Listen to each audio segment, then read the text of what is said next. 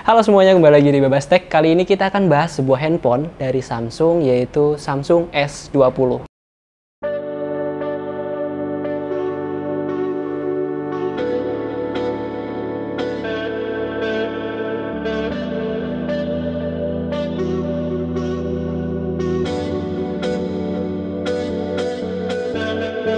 Samsung Galaxy S20 biasa mungkin tidak se-booming Galaxy S20 Ultra dan Galaxy S20 Plus.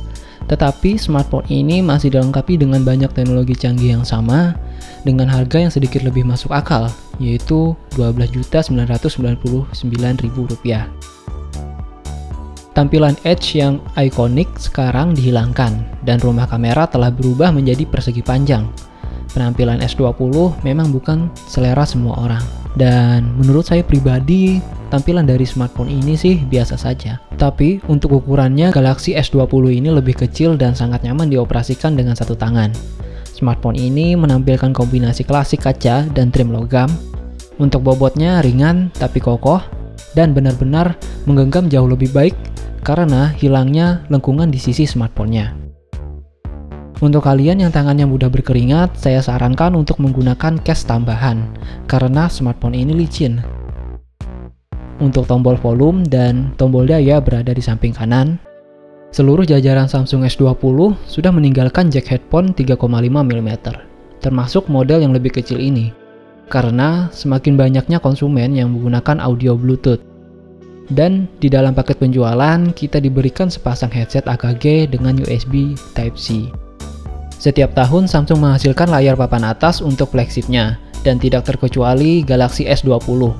Panel 6,2 inci memiliki fitur kecepatan refresh rate hingga 120 Hz, menghasilkan animasi yang lebih mulus dan sangat berguna saat bermain game FPS, seperti PUBG Mobile.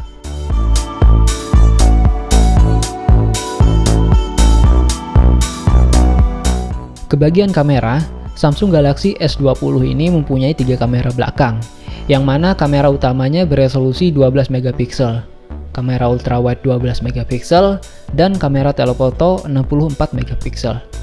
Jadi kamera belakangnya hampir sama dengan versi Plus, hanya saja yang versi Plus ada deep vision-nya. Lalu ada fitur single take atau sekali pengambilan yang ada di aplikasi kameranya. Ini fitur yang cukup berguna untuk menangkap sebuah momen yang cuman kejadian hanya sekali. Tapi kita bingung mau rekamnya itu pakai motret atau video. Jadi fitur ini bisa hasilin beberapa foto dan video. Dan ini semua sih ngandalin prosesor Exynos 990-nya, yang kata Samsung lebih kenceng 25%. Berkat prosesornya ini, Samsung Galaxy S20 ini bisa merekam video hingga resolusi 8K atau 8K. Gila sih rekaman video di resolusi segitu. Lalu ke kamera depan, resolusinya 10 megapiksel, dan kerennya lagi kamera depannya bisa rekam video hingga resolusi 4K.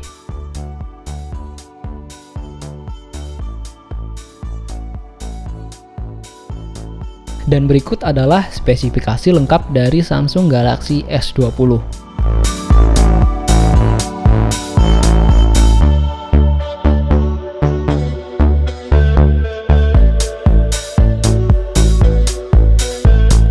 Lanjut, kalau dari kualitas fotonya sendiri udah bagus banget lah, standar flagship. Tapi improve-nya nggak banyak dari versi sebelumnya, terutama kondisi low light. Detailnya ngurang banget pas foto di kondisi low light.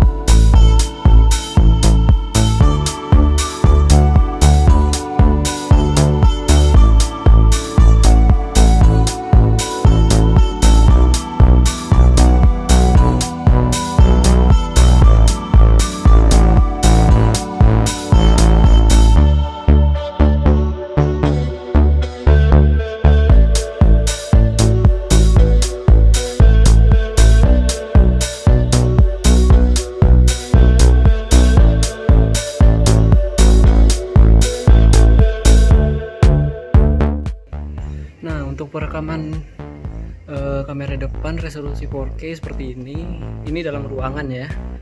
Kalau luar ruangan kita coba.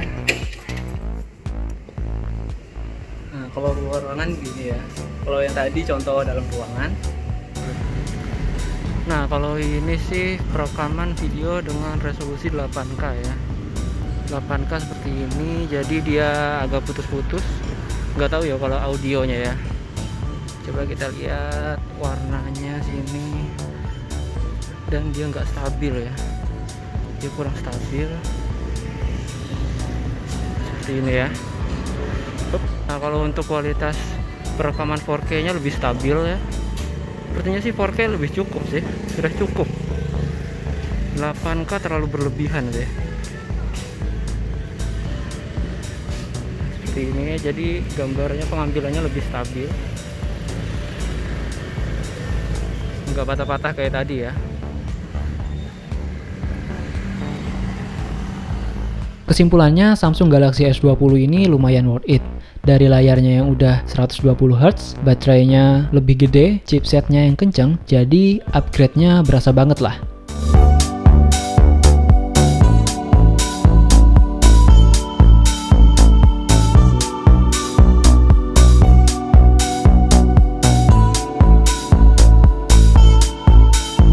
Apakah menurut kalian ini worth it untuk dimiliki dengan beragam fitur yang diberikan Samsung pada handphone ini? Silahkan tulis di kolom komentar. Oke, sekian saja dari saya. Sampai jumpa di video selanjutnya. Bye-bye!